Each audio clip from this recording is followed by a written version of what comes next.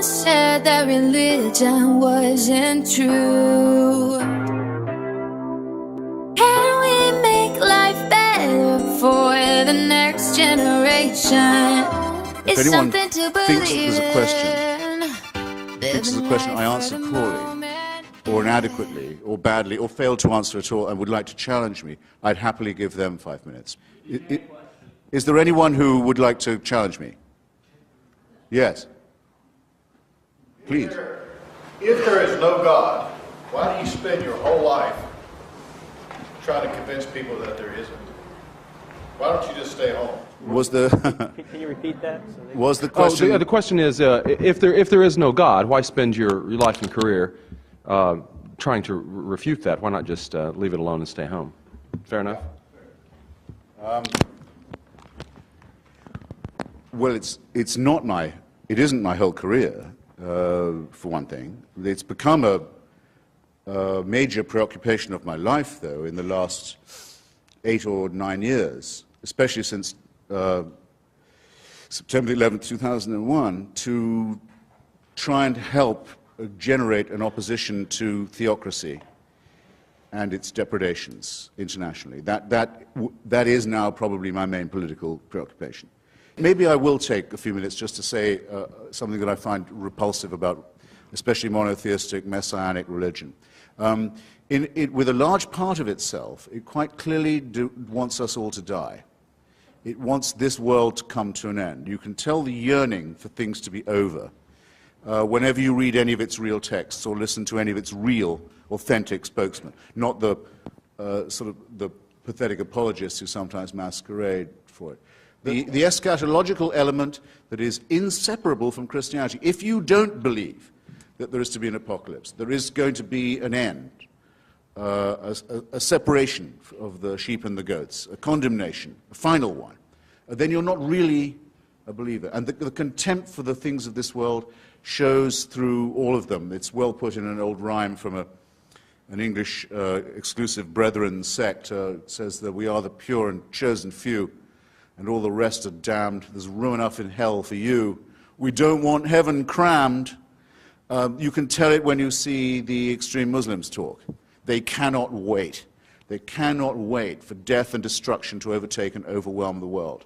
They can't wait for what I would call, without ambiguity, a final solution. When you look at the Israeli settlers, paid for often by American tax dollars, deciding that if they can steal enough land from other people and get all the Jews into the promised land and all the non-Jews out of it, then finally the Jewish people will be worthy of the return of the Messiah. And there are Christians in this country who consider it their job to help this happen so that Armageddon can occur, so that the painful business of living as humans and studying civilization and trying to acquire learning and knowledge and health and medicine and to push back can all be scrapped, and the cult of death can take over.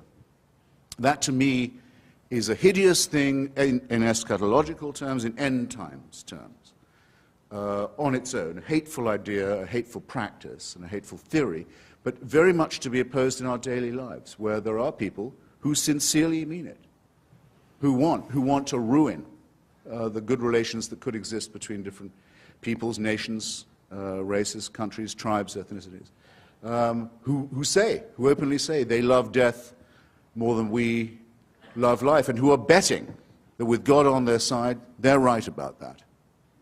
So when I say, as the subtitle of my book, that I think religion poisons everything, I'm not just doing what publishers like and coming up with a provocative subtitle.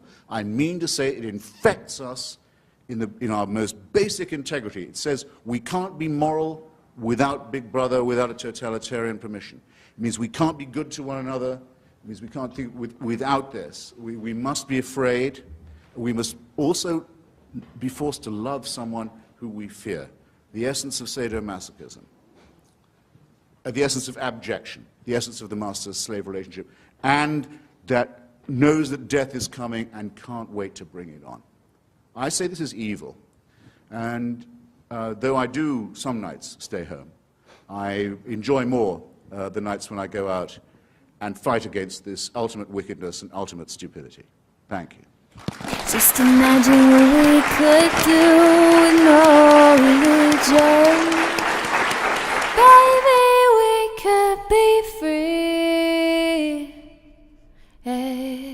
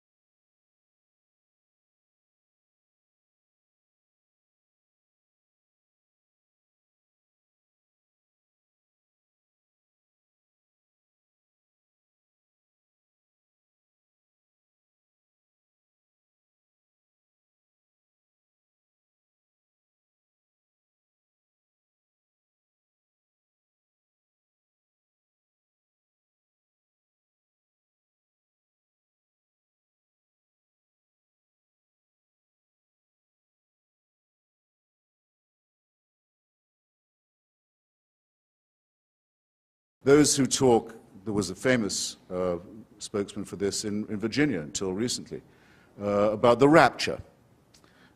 Say that those of us who have chosen rightly will be gathered to the arms of Jesus, leaving all of the rest of you behind. If we're in a car, it's your lookout. That car won't have a driver anymore. If we're a pilot, that's your lookout. That plane will crash. We will be with Jesus, and the rest of you can go straight to hell.